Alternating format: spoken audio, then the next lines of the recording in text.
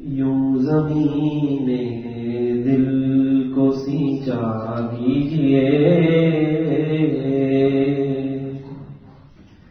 یوں زمین دل کو سینچا کیجئے،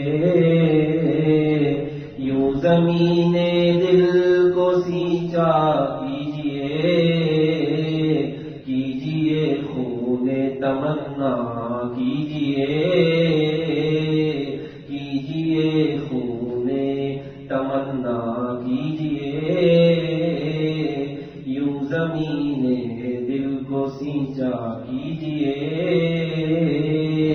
کیجئے خون تمنا کیجئے، بڑھ کے منزل تھام لے گی آپ کو، بڑھ کے منزل تھام لے گی آپ کو، آپ چلنے کا ارادہ کیجئے، آپ چلنے کا ارادہ کیجئے،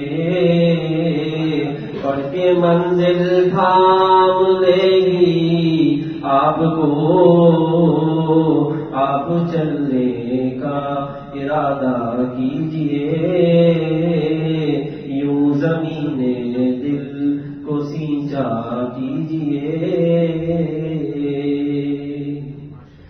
عشق حق کے عمر بھر رہیے مریض، عشق حق کے عمر بھر رہیے مریض، اس طرح سے خود کو اچھا کیجئے، اس طرح سے خود کو اچھا کیجئے، عشق حق کے عمر بھر رہیے مریض، اس طرح سے خود کو اچھا کیجئے، یوں زمین دل کو سینچا کیجئے، طالب دنیا تو ہوتے ہیں بہت، طالب دنیا تو ہوتے ہیں بہت، خود کو ہاں مطلوب دنیا کیجئے، خود کو ہاں مطلوب دنیا کیجئے، طالب دنیا تو ہوتے ہیں بہت، خود کو ہاں مطلوب دنیا کیجئے، خود کو ہاں مطلوب دنیا کیجئے، کیجئے خون تمنا کیجئے، دل حسینوں سے بچے گا خود بخود، دل حسینوں سے بچے گا خود بخود، آپ نظریں تو بچایا کیجئے، آپ نظریں تو بچایا کیجئے، دل حسینوں سے بچے گا خود بخود، دل حسینوں سے بچے گا خود بخود، آپ نظریں تو بچایا کیجئے، کیجئے خون تمنا کیجئے، ہر چمکتی چیز سونا تو نہیں، ہر چمکتی چیز سونا تو نہیں، شے کی اصلیت بھی دیکھا کیجئے، شے کی اصلیت بھی دیکھا کیجئے، ہر چمکتی چیز سونا تو نہیں، شے کی اصلیت بھی دیکھا کیجئے، بچپن بچپنے میں بچپنا چھوٹا نہیں، بچپنے میں بچپنا چھوٹا نہیں، تائب نادان توبہ کیجئے، تائب نادان توبہ کیجئے، بچپنے میں بچپنا چھوٹا نہیں، تائب نادان توبہ کیجئے، یوں زمین دل کو سینچا کیجئے، کیجئے خون تمنا کیجئے۔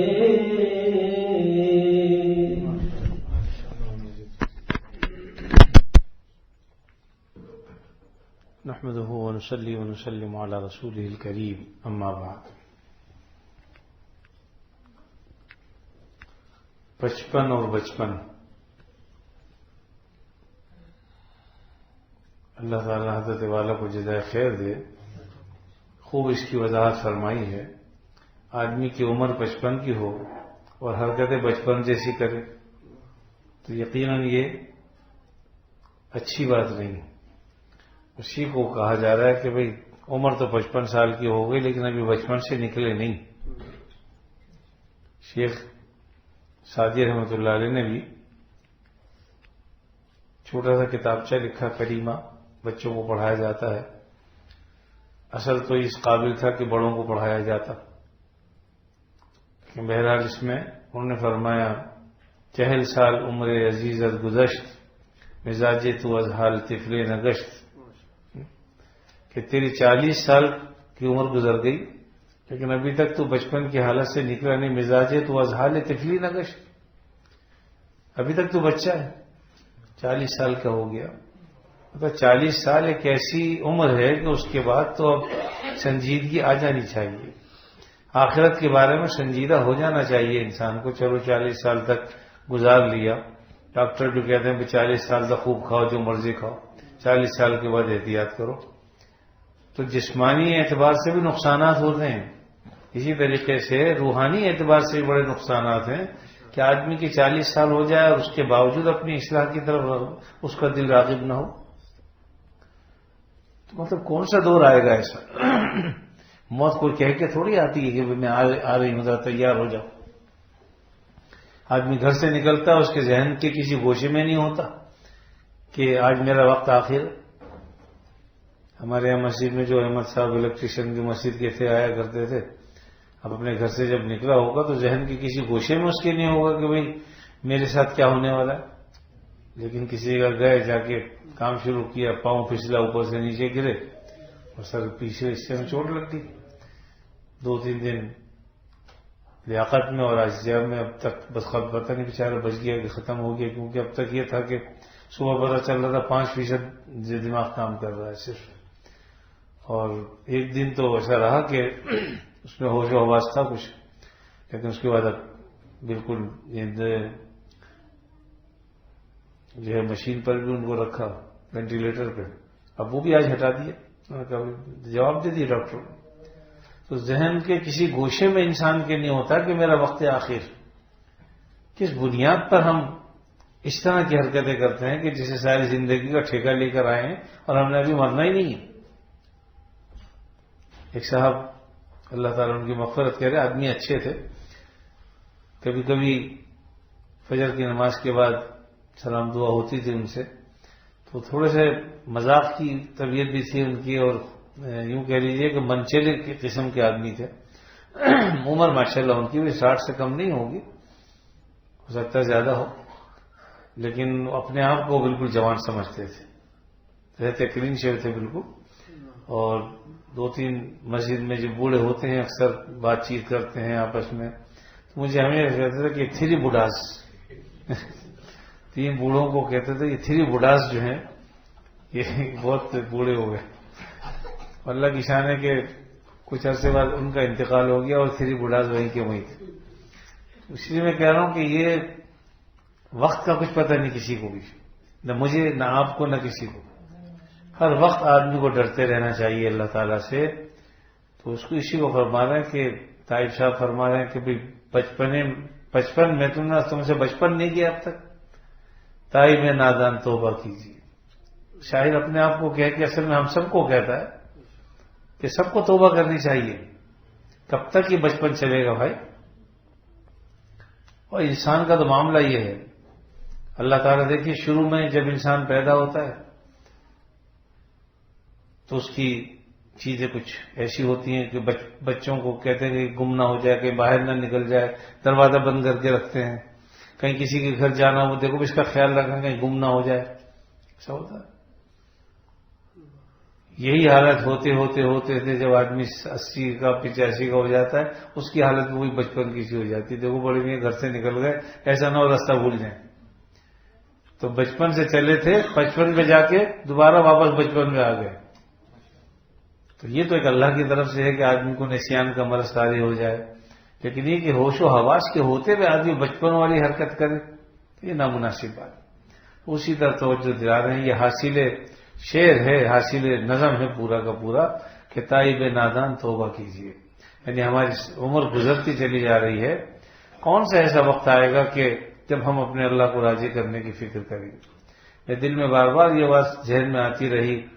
بعض اوقات انسان نماز نہیں پڑھتا، اللہ کو یاد بھی نہیں کیا، کام پہ چلا گیا، وہاں پر اچانک حادثہ پیش آ گیا اور پھر مر گیا یا بے ہوش ہو گیا. پھر اس کو موقع ہی نہیں ملا نہ نماز پڑھنے کا، نہ ذکر کرنے کا، نہ اللہ کو یاد کرنے کا، نہ لوگوں سے اپنے حقوق معاف کرانے کا. کچھ بھی تو ہو سکتا ہے. اس لیے رات کو سو تب بھی توبہ کر کے سو. ہو سکتا ہے یہ زندگی کی آخری رات ہو، آدمی اٹھے ہی نہ صبح، اور صبح اٹھ جاؤ تو سب سے پہلا کام یہ کرو کہ اللہ کا شکر ادا کرو، 2 رکعت نماز پڑھو فجر کی. رات کو سونے سے پہلے توبہ کر کے سو، صبح جب زندگی مل جائے اللہ کا شکر ادا کرو. قرآن مجید کی تلاوت چاہے زبانی کرو، جس کو قرآن یاد ہے ٹھیک ہے، زبانی چلتے پھرتے کر لے، نہیں تو دیکھ کر 1 رکوع 2 رکوع قرآن مجید کی تلاوت کریں، نماز پڑھیں، اللہ کو یاد کریں، اس کا شکر ادا کریں. اس نے ہمیں پھر سے یہ دن دیکھنا نصیب فرمایا. یہ اللہ رب العزت نے ہمیں جو زندگی دی ہے یہ اسی لیے ہے کہ ہم یہاں رہ کر اپنی آخرت بنائیں. کیونکہ آخرت تو ایک چٹیل میدان ہے، وہاں کچھ بھی نہیں. ہم جو یہاں سے مٹیریل بھیجیں گے وہ وہاں جا کے لگے گا. اب کسی مٹیریل سے جو ہے وہ محل تعمیر ہوگا، کسی سے باغات لگیں گے، کسی سے پھل آئیں گے، کسی سے پھول کھلیں گے، کسی سے نہریں جاری ہوں گی، کسی سے شہد کی نہریں جاری ہوں گی، کسی سے دودھ کی نہریں جاری ہوں گے. لیکن یہ سب ہمارے ان اعمال کا نتیجہ ہے.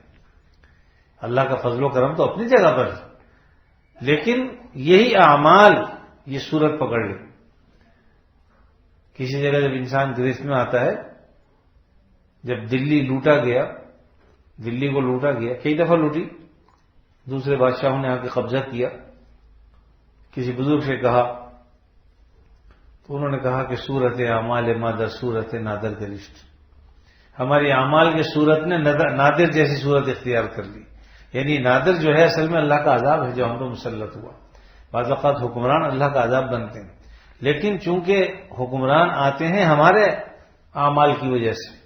اعمالکم عمالکم، تمہارے جیسے اعمال ہوں گے تمہارے عمال ویسے ہوں گے. تو بعض اوقات جو بادشاہ ہوتا ہے وہ اگر کچھ اس طرح کی حرکتیں کرتا ہے تو سمجھ لیجئے کہ یہ ہمارے لیے عذاب ہے اصل میں اللہ تعالیٰ کا، جو ہم پر اللہ نے مسلط کر دیا ہے. ایک شکل یہ بھی ہوتی ہے کہ ہمارے حکمران اس طرح کے ہو جائیں کہ نہ وہ دین پر چلے، نہ دین کی بات سنیں، نہ دین کو برداشت کریں، نہ دینداروں کو برداشت کریں، کوئی چیز نہیں سنتے، نہ کسی مظلوم کی داد و فریاد سنیں، کچھ نہیں سنتے. تو یہ بھی جو ہے صورت اعمال ما در صورت نادر گرفتی ہے کہ ہمارے اعمال کی صورت نے نادر کی شکل اختیار کر لی. تو اسی طریقے سے ہمارے اعمال اگر درست ہو جائیں گے سارے معاملات درست ہو جائیں گے. تو جس طریقے سے یہاں دنیا میں عذاب کی شکلیں مختلف ہیں، اسی طریقے سے اللہ تعالیٰ کی نعمتیں بھی وہاں مختلف شکلوں میں ہوں گی. البتہ ہوں گی وہ اعمال کے نتیجے میں اور اللہ کے فضل و کرم سے. تو اعمال دنیا میں انسان جیسا کرے گا یہ ظاہری سبب ہے، حقیقی سبب تو اللہ رب العزت ہے. لیکن ظاہری سبب کیا ہے؟ اچھے اعمال کی، نماز پڑھی، روزہ رکھا، زکوٰۃ دی، لوگوں کے دکھ تکلیف کو سنا بھی اور پھر بانٹنے کی کوشش کی، جس حد تک ہو سکے انسان کرے. تو بہرحال یہ آدمی کو بچپن سے نکل کر اب جو ہے سنجیدگی کے معاملے اپنانے چاہیے، بلکہ 40 کے بعد ہی انسان میں سنجیدگی آ جانی چاہیے۔ حضرت مرزا مظہر جانا رحمۃ اللہ علیہ کہ نے ایک دفعہ کسی اپنے مرید کو کہا کہ بھئی ہمارے پاس کوئی بچہ لے کر آؤ تاکہ ہم اپنا دل بہلائیں۔ تو ان کا اچھی بات ہے، لیکن چونکہ ان کا مزاج بہت نازک تھا، اس لیے جب وہ لے جانے لگے تو اپنے بچے کو بہت اچھی طرح سمجھایا کہ دیکھو بیٹا وہ بہت بڑے بزرگ آدمی ہیں، بہت نازک مزاج ہیں، کوئی ایسی بات نہ ہو جو طبیعت پہ گراں گزرے ہو، بہت ادب سے بیٹھنا اور بہت شرارت نہیں کرنا، یہ سب سمجھا کے لے گئے۔ بچہ جا کے دو زانوں ہو کے بیٹھ گیا، بیچارہ نہ ہلے نہ جھولے نہ بھاگے نہ دوڑے، باپ نے سمجھایا تھا۔ کچھ دیر تو حضرت دیکھتے ہیں، فرمایا کہ تم بچہ لائے ہو یا بڈھا لائے ہو؟ ہم نے تم سے بچہ لانے کو کہا تھا، تم تو بڈھا لیا ہے ہمارے پاس۔ پھر فرمایا کہ بھائی مقصد تو ہمارا یہ تھا کہ بچہ آئے گا، کچھ شرارتیں کرے گا، کھیلے گا، کودے گا، دل بہلائیں گے، وہ بچہ ہی کیا جس میں شرارتیں نہ ہو۔ تو اسے فرمایا کہ وہ بچہ نہیں جس میں شرارت نہیں، وہ جوان نہیں جس میں شوخی نہ ہو۔ جوانوں میں شوخی ہوتی ہے، کسی کو چھیڑ دیا، کسی کو کچھ کہہ دیا، یہ شوخی جوانوں میں ہوتی ہے۔ اور فرمایا کہ وہ بوڑھا نہیں جس میں حلم اور بردباری نہ ہو۔ بوڑھوں میں حلم ہونا چاہیے، بردباری ہونی چاہیے، لوگوں کی بات سنیں، برداشت کریں۔ الٹی سیدھی بات بھی کوئی کہتے تو نہیں بیٹا کوئی بات نہیں، سمجھا دیں اس کو، اور تحمل سے سن کر اس کو سمجھائیں۔ تو یہ 3 باتیں بتائیں۔ بچہ وہ ہے جو شرارتیں کرتا ہے، تو کبھی کبھی جی چاہتا ہے کہ بچوں کی شرارتیں دیکھیں۔ جن گھروں میں بچے نہیں بدنصیب ہیں، بچوں کا ہونا یہ خوش نصیبی ہے۔ اللہ تعالیٰ نیک دیکھیے آج کے شریر بچے کل کے اپنے وقت کے اللہ نے چاہا تو بڑے سے بڑے قطب بن سکتے ہیں، ولی بن سکتے ہیں، کوئی رکاوٹ تھوڑی ہے۔ نبوت کا دروازہ بند ہے نا، ولایت کا دروازہ تو بند نہیں۔ یہی بچے جو آج چھوٹے ہیں انشاءاللہ یہی ہمارے بڑے کل کے یہی امام وقت ہوں گے، کل یہی جو ہے وہ ہمارے جو ہے وہ انشاءاللہ ان کے رہنما بنیں گے دوسروں۔ اس لیے بچوں کو بہت زیادہ ڈانٹ ڈپٹ نہیں کرنی چاہیے، تھوڑی بہت شرارتیں تو بچوں میں ہوتی ہیں، اور اگر ذہانت ہوتی ہے تو بچہ شریر بھی ہوتا ہے۔ بہت زیادہ بعض لوگ فکر کرتے ہیں کھاتا نہیں پیتا نہیں۔ آج بھی ایک صاحب آئے اپنے بچے کو لے کے، میں نے کہا بھائی دیکھنے میں ٹھیک ٹھاک لگ رہا ہے، کوئی تکلیف ہے؟ کہتا نہیں۔ تو آپ کو کیا تکلیف؟ جب اسے کوئی تکلیف نہیں ہے تو آپ کو کیا تکلیف ہے؟ نہیں کھائے نہ پیے، لیکن آپ اس کو جسمانی طور میں تو دیکھ رہا ہوں ٹھیک ٹھاک ہے، ماشاءاللہ ایکٹیو بچہ ہے، اس میں کوئی ایسی چیز نہیں ہے۔ اب آپ چاہتے ہو کہ چھوٹی سی عمر میں یہ پہلوان بن جائے، تو اس کو رہنے تو جس عمر میں چل رہا ہے ویسے ٹھیک ہے۔ تو بہرحال فرمایا کہ وہ بچہ ہے جس میں شرارت نہیں، وہ جوان نہیں جس میں شوخی نہ ہو۔ جوانوں میں شوخی ہوتی ہے۔ حضرت ذوالنور مصری رحمۃ اللہ علیہ غالباً کہیں سے تشریف لے جا رہے تھے، کچھ لوگوں کو دیکھا نوجوانوں کو ہنس رہے ہیں، جیسے نوجوانوں کا ہوتا ہے، ٹھٹے لگا رہے ہیں، قہقہے مار رہے ہیں، بے فکری کی عمر ہوتی ہے نا، انہیں کچھ اندازہ نہیں ہوتا مستقبل کا۔ اور جب کسی داڑھی والے کو دیکھ لیں تو مذاق بھی سوچتا ہے بعض اوقات۔ کوئی جیسے بڑے میاں جا رہے تھے، بیچارے کمر جھکی ہوئی تھی، تو ایک جوان آیا کہتا ابا کیا تلاش کر رہا ہو، سوئی گم ہو گئی کیا؟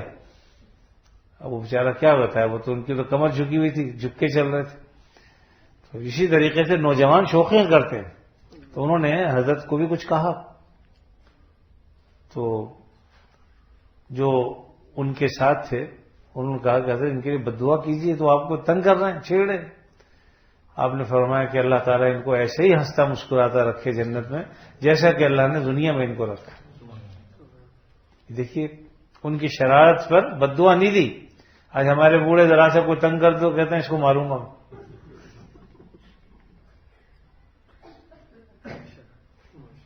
تو انہوں نے یہ کہا کہ اللہ تعالیٰ نے ایسے ہنستا مسکراتا رکھے جیسا کہ اللہ نے دنیا میں رکھا ہے، آخرت میں بھی ایسے ہنستے مسکراتے ہوں۔ تو انہوں نے کہا حضرت یہ آپ کو چھیڑ رہے ہیں، برا بھلا کہہ رہے ہیں، اور آپ ان کو دعا دے رہے ہیں۔ کہا کہ بھائی بات یہ ہے کہ آخرت میں ہنستے مسکراتے تبھی تو ہوں گے جب یہاں اصلاح ہو جائے گی۔ تو میں نے جو دعا دی ہے اصل میں یہی دعا دی ہے کہ اللہ ان کی اصلاح فرما دے، کیونکہ جب یہ آخرت میں ہنستے مسکراتے جائیں گے کہ جب یہاں پر اللہ تعالیٰ ان کو سب چیزوں سے صاف ستھرا کر دیں گے۔ تو بہرحال بزرگان دین کا یہ معاملہ ہوتا، فرمایا کہ وہ بوڑھا نہیں جس میں حلم و بردباری نہ ہو۔ ایک بچہ جا رہا تھا، بارش کا زمانہ تھا، کیچڑ بہت تھی، وہاں سے ایک بزرگ گزر رہے تھے، انہوں نے کہا بیٹا دیکھ کر دھیان سے چلو، پھر مت جانا۔ انہوں نے کہا کہ آپ دھیان سے چلیں، اگر آپ پھسل گئے پوری قوم پھسل جائے گی، میرے پھسلنے سے کچھ نہیں ہوگا۔ وہ فرماتے تھے کہ یہ بچہ میرا استاد، بہت بڑی بات بتائی کہ اگر کوئی آدمی بڑا پھسل جاتا ہے تو چھوٹوں کا پھسلنا کیا ہے، چھوٹے بچے گرتے پڑتے رہتے ہیں، لیکن خدا نہ کرے بڑا اگر ڈگمگا گیا، راستے سے ہٹ گیا، گمراہ ہو گیا یا غلط راستہ اس نے اختیار کیا تو پوری قوم ہی گمراہ ہو جاتی ہے۔ اس لیے بوڑھوں کو اور زیادہ احتیاط کرنی چاہیے۔ تو بہرحال عمر جب بھائی 55 کی ہو جائے، 50 کی ہو جائے، بات تو یہ ہے کہ لمحے کی بھی ہمیں کا بھی پتہ نہیں ہے، لیکن بہرحال اللہ نے جب اپنے فضل سے 40، 45، 50 کا کر دیا، اب یہ تو سمجھنا چاہیے نا کہ اب مزید جوانی نہیں آئے گی، اب تو بڑھاپا ہی آئے گا۔ وہ ایسا بڑھاپا دیکھا جو کبھی آ کے نہ جائے۔ بچپن کے اندر تو آدمی ادھیڑ عمر میں آتا ہے، جوان بنتا ہے، پھر ادھیڑ عمر میں آتا ہے، ادھیڑ عمر کے بعد بڑھاپا آتا ہے، بڑھاپا بڑھتا ہی چلا جاتا ہے، وہ کم کبھی نہیں ہوتا، بڑھاپا بڑھتا ہے۔ تو اس لیے فرمایا کہ بھئی وہ بڑھاپے کے اندر آدمی کم از کم تھوڑی حیا کر لے۔ اسی لیے نبی کریم صلی اللہ علیہ وسلم نے سخت بات فرمائی کہ ایسا بوڑھا آدمی جو زانی ہو وہ اللہ کی نظر میں بدترین شخص ہے۔ ایک تو بوڑھا، پھر اس کے بعد ایسی بدکاری، تو مطلب یہ عمر ایسی نہیں ہے کہ آدمی ان چونچلوں میں پڑے۔ بعض بوڑھے ہوتے ہیں وہ بڑھاپے کے اندر ڈانس کر رہے ہیں، ناچ رہے ہیں، گا رہے ہیں، حیرت ہوتی ہے دیکھ دیکھ کے کہ بھئی بالکل ذرہ برابر انہیں خیال ہی نہیں ان باتوں۔ اور کچھ تھوڑا سا یہ کہ اپنا ایک وقار بھی انسان رکھے۔ یہ بچے تو ہم بڑوں سے سیکھتے ہیں، اگر بڑے جو ہے غلط چلیں گے تو بچے اور ان سے زیادہ دو ہاتھ آگے۔ ہاں کبھی کبھی انسان کا موڈ ہوتا ہے، کبھی ہنسی مذاق کی کوئی بات کہہ دی، وہ ایک الگ بات ہے، اس کا مقصد تو نوجوانوں کی حوصلہ افزائی کرنا ہوتا ہے، تو اس میں کوئی حرج نہیں، لیکن وہ بھی ایک حد کے اندر رہنی چاہیے۔ تو بہرحال یہ جو آپ کلام سن رہے تھے طائب صاحب کا، ماشاءاللہ ہر شعر جو ہے وہ اصلاحی ہوتا ہے، اور اس میں جو آخری شعر پڑھا کہ تائب ناداں توبہ کیجئے، یہ اصل میں اپنے آپ کو خطاب کر کے دراصل سبھی کو خطاب کرنا ہے کہ ہمیں اپنی برائیوں پر نظر رکھنی چاہیے، اور اگر غلط ہو رہے ہیں تو ہمیں اپنی اصلاح کرنی چاہیے۔ اس کا طریقہ یہ کہ سب سے پہلے تو توبہ کریں۔ ہمارے بزرگوں کے پاس جب بھی کوئی شخص جاتا ہے اصلاحی تعلق قائم کرنے کے لیے تو سب سے پہلے وہ توبہ ہی کراتے ہیں کہ توبہ کر کے آؤ۔ پھر توبہ کی دو قسمیں آ جاتی ہیں، ایک سرسری توبہ ہوتی ہے، ایک تفصیلی توبہ ہوتی ہے۔ تو پہلے سرسری توبہ کرنی چاہیے کہ میں جملہ گناہوں سے توبہ کرتا ہوں، چھوٹے ہوں یا بڑے، جان بوجھ کے کیے ہوں یا انجانے میں کیے ہوں، جو بھی گناہ ہوگا یا اللہ میں ان سب سے تائب ہوتا ہوں۔ یہ تو ایک سرسری توبہ ہو گئی، اجمالی توبہ کہہ لیجیے دوسرے لفظوں میں۔ اور ایک تفصیلی ہوتی ہے کہ ہر چیز کو آدمی دیکھے کہ نمازیں کتنی رہ گئی بھائی، روزے کتنے رہ گئے میرے بالغ ہونے کے بعد، کتنے سالوں کی زکوٰۃ میں نے نہیں دی، کتنے لوگوں کا حق میں نے کھا لیا، کتنے لوگوں کو میں نے گالیاں بکیں، کس کس کا دل دکھایا۔ اب تفصیل کے اندر جب جائے گا آدمی تو ان چیزوں کا ازالہ کرے، تلافی مافات جسے کہا جاتے ہیں، جو فوت ہو گئی چیزیں ان کی تلافی کی کوشش کرے۔ نمازیں رہ گئی تھی 5 سال کی 10 سال کی، انہیں پڑھنے کی کوشش کرے۔ بعض لوگ جو ہے وہ ایسی باتیں کہتے ہیں جی بس 2 رکعت صلاۃ التوبہ پڑھ لو ختم، صلاۃ عمری قضاء عمری پڑھ لو اور بس ختم، نماز پڑھنے کی ضرورت ہی نہیں۔ ایسا کچھ نہیں ہے، نمازیں پڑھنی شروع کر دینی چاہیے۔ آگے اللہ تعالیٰ قادر ہے، اگر انسان نے نیت کر لی کہ آج سے میں اپنی قضا نمازیں شروع کر رہا ہوں اور پھر موت آ گئی تو امید ہے اللہ تعالیٰ معاف فرما دیں گے بقایا، کیونکہ اس کی نیت تھی کہ زندہ رہوں گا تو پڑھوں گا، زندگی نے وفا نہیں کی۔ امید ہے کہ انشاءاللہ جو باقی رہ جائیں گے وہ اللہ تعالیٰ معاف فرما دیں گے، لیکن کم از کم شروع تو کرے، آدمی بڑھے ہی نہ آگے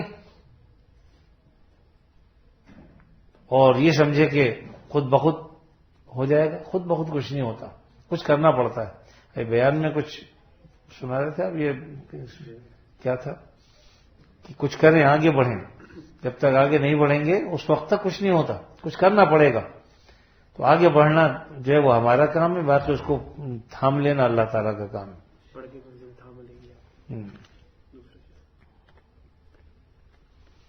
بڑھ کے منزل تھام لے گی آپ کو، آپ ملنے کا ارادہ کیجیے، چلنے کا ارادہ کیجیے۔ مطلب ہم چلیں تو صحیح، چلیں گے نہیں تو منزل تک کیسے پہنچیں گے؟ ہم چاہیں کہ یہاں سے بیٹھے بیٹھے لاہور پہنچ جائیں، ارے بھائی چلنے کا ارادہ کرو گے تو انشاءاللہ پھر سواری بھی مل جائے گی، پھر ٹرین میں بیٹھ جاؤ گے، جہاز میں بیٹھ جاؤ گے، کسی نہ کسی طریقے سے پہنچ جاؤ گے۔ لیکن گھر بیٹھے بیٹھے خالی منصوبے بنا رہے ہیں لاہور میں جانے کے، اور جا کے نہیں دے رہا، چل نہیں رہا، ہل نہیں رہا، کہاں سے پہنچے؟ اسی طرح اللہ تعالیٰ کو پانے کا ہم ارادہ کر رہے ہیں، اللہ تعالیٰ تک پہنچنے کا جو ہے وہ ہم ذہن میں رکھتے ہیں بات، لیکن ہل کے نہیں دیتے اپنی جگہ سے، نہ گناہ چھوڑنے پر تیار، نہ کسی اللہ والے سے رابطہ کرتے ہیں، نہ ہم گناہوں پر توبہ کرتے ہیں، نہ گناہوں پر شرمندہ ہیں۔ بتائیے جب کچھ بھی کرنے کے لیے تیار نہیں ہے تو ہوگا کیسے؟ آپ چلنے کا ارادہ تو کریں۔ ہمارے حضرت فرمایا کرتے تھے کہ حوض کوثر سے منگا لی جائے گی، آپ پینے کا ارادہ تو کریں، آپ پینے کا ارادہ کریں، حوض کوثر سے منگا لی جائے گی۔ تو بات یہی ہے بھائی، انشاءاللہ اگر ارادہ کر لیں گے اللہ تعالیٰ اس میں خیر و برکت ڈال دے گا۔ دل میں آدمی یقین کرے، توبہ کرے کہ بھئی اللہ میں سارے گناہوں سے توبہ کرتا ہوں، آئندہ ان گناہوں کے قریب میں نہیں جاؤں گا، نمازوں کی پابندی کروں گا، دوسروں کا، اس میں سب سے بڑی بات یہ کسی کو تکلیف مت دیجیے، چاہے اپنے عزیز رشتے دار ہو، اپنے بڑے ہوں چھوٹے ہوں، اپنی ذات سے تکلیف مت پہنچائیے کسی کو۔ یہ بڑی چیز ہے، اصل میں آدمی کے اعمال کو اکارت کر دیتی ہے، کسی کو تکلیف پہنچانا۔ ہم پڑھ تو رہے ہیں نماز، لیکن دوسرے کو حقیر سمجھ رہے ہیں، اس کو تکلیف پہنچا رہے ہیں، گالیاں بک رہے ہیں، مختلف باتیں کر رہے ہیں، تو اپنے اعمال کو ضائع کرنے والی بات۔ اس لیے بہت کوشش کرنی چاہیے کہ اپنی ذات سے کسی کو اگر ہم کسی کو فائدہ نہیں پہنچا سکتے تو اسے نقصان بھی نہ پہنچائے، اور پھر یہ کہ صدق دل کے ساتھ اللہ تعالیٰ کو پانے کی کوشش کریں، انشاءاللہ اللہ تعالیٰ آسانی سے حاصل ہو جاتے ہیں۔ ساری زندگی اگر انسان گناہ کرتا ہے گزار دے، لیکن آخری وقت میں اس کہہ دے یا اللہ میں توبہ کرتا ہوں، میں آپ کی طرف آنا چاہتا ہوں، تو حدیث میں آتا ہے نا کہ کوئی میری طرف چل کے آتا ہے، میں دوڑ کے آتا ہوں، کوئی ایک ہاتھ چلتا ہے، میں 10 ہاتھ چلتا ہوں۔ حالانکہ یہ صرف ہمیں سمجھانے کے لیے، ورنہ اللہ تعالیٰ کے ہاتھ اور پاؤں کا معاملہ تھوڑی، وہ تو مثالوں سے پاک ہیں۔ تو اس لیے ہمیں اپنی طرف سے پوری کوشش کرنی چاہیے، اللہ تعالیٰ اپنے فضل و کرم سے ہمیں توفیق اطاعت عطا فرمائے۔ بس اب تھوڑا سا ذکر کر لیجئے پھر انشاءاللہ۔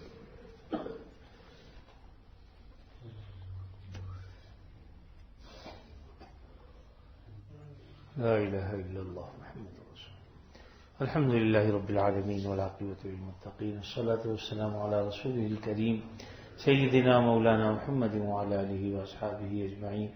لک الحمد علی ما قضیت ولک الشکر علی ما اعطیت، تبارکت ربنا وتعالیت، نستغفرک اللہم من جمیع الذنوب والخطایا ونتوب الیک، لا ملجأ ولا منجأ ولا ملتجأ منک الا الیک، اللهم إنا نعوذ برضاك من سخطك وبمعافاتك من عقوبتك وبك منك لا نحصي ثناء عليك أنت كما أثنيت على نفسك برحمتك يا أرحم الراحمين. اللهم أحسن عاقبتنا في الأمور كلها وأجرنا من خزي الدنيا وعذاب الآخرة وأجرنا من خزي الدنيا وعذاب الآخرة. یا اللہ اپنے فضل خاص سے ہمارے گناہوں کو معاف فرما، ہمیں عافیت نصیب فرما، ہر شر سے فتنے سے اللہ ہماری حفاظت فرما، ہمارے بیماروں کو شفا عطا فرما. اے اللہ جو مقروض ہیں ان کے قرضوں کو ادا فرما، جو پریشان حال ہیں ان کی پریشانیوں کو دور فرما. ہمارے بھائی احمد الیکٹریشین ابھی تھوڑی دیر پہلے اطلاع ملی تھی کہ بہت ہلکی ان کی دل کی دھڑکن چل رہی ہے اور ڈاکٹروں نے جواب دے دیا، لیکن اللہ تعالیٰ اگر جواب دے دیں تو بات ہے، لیکن اللہ تعالیٰ جو چاہیں سو کر سکتے ہیں. اللہ قادر مطلق ہیں، دعا فرمائیے اللہ تعالیٰ اسے زندگی عطا فرمائے، صحت عطا فرما دے، اپنے بچوں پر جو ہے ان کو قائم و دائم رکھیں. اللہ تعالیٰ ان کی پریشانی، ان کے گھر والوں کی پریشانی کو دور فرما دے اور اپنے فضل و کرم سے اللہ تعالیٰ سے صحت عطا فرما دے. یا اللہ ہمیں بھی فکر آخرت نصیب فرما. اے اللہ فکر آخرت نصیب فرما. اے اللہ فکر آخرت نصیب فرما. یا اللہ اپنے فضل و کرم سے ہر قسم کی جسمانی ٹوٹ پھوٹ سے بچا، ایمان کی سلامتی بھی عطا فرما، جسم کی سلامتی بھی عطا فرما. اے اللہ ہم سب کمزور ہیں، اے اللہ بہت کمزور ہیں، جسمانی اعتبار سے بھی کمزور ہیں، روحانی اعتبار سے بھی کمزور ہیں. یہ سب آپ کا فضل و کرم ہے جو ہم چل پھر رہے ہیں. اے اللہ تو اپنے فضل و کرم سے ہمیں اے اللہ قوت بھی عطا فرما، صحت بھی عطا فرما، توانائیاں بھی عطا فرما، جسمانی اعتبار سے بھی اور روحانی اعتبار سے بھی ہمیں کسی کا محتاج نہ بنا، کسی کے آگے ذلیل نہ فرما، کسی کے آگے رسوا نہ فرما.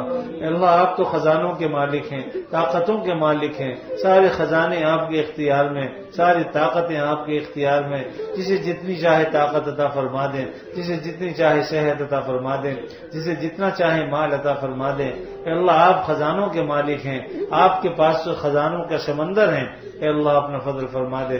ہم منگتے ہیں اے اللہ، ہم بھکاری ہیں آپ کے، اپنے فضل و کرم سے آپ سے صحت کی بھی بھیک مانگتے ہیں اے اللہ، جسمانی صحت کی بھی بھیک مانگتے ہیں، روحانی صحت بھی اے اللہ آپ سے طلب کرتے ہیں اے اللہ، جائز طریقے سے مال و دولت کی فراوانی بھی مانگتے ہیں، صحیح جگہوں پر خرچ بھی مانگتے ہیں اے اللہ، اس کو اپنی مخلوق خدا پر خرچ کرنے کی بھی ہمیں آپ توفیق عطا فرمائیں گے، اس سے نیک کام کرانے کی بھی آپ ہمیں توفیق عطا فرمائیں گے، نیک کام کرنے کی ہمیں توفیق عطا فرمائیں گے۔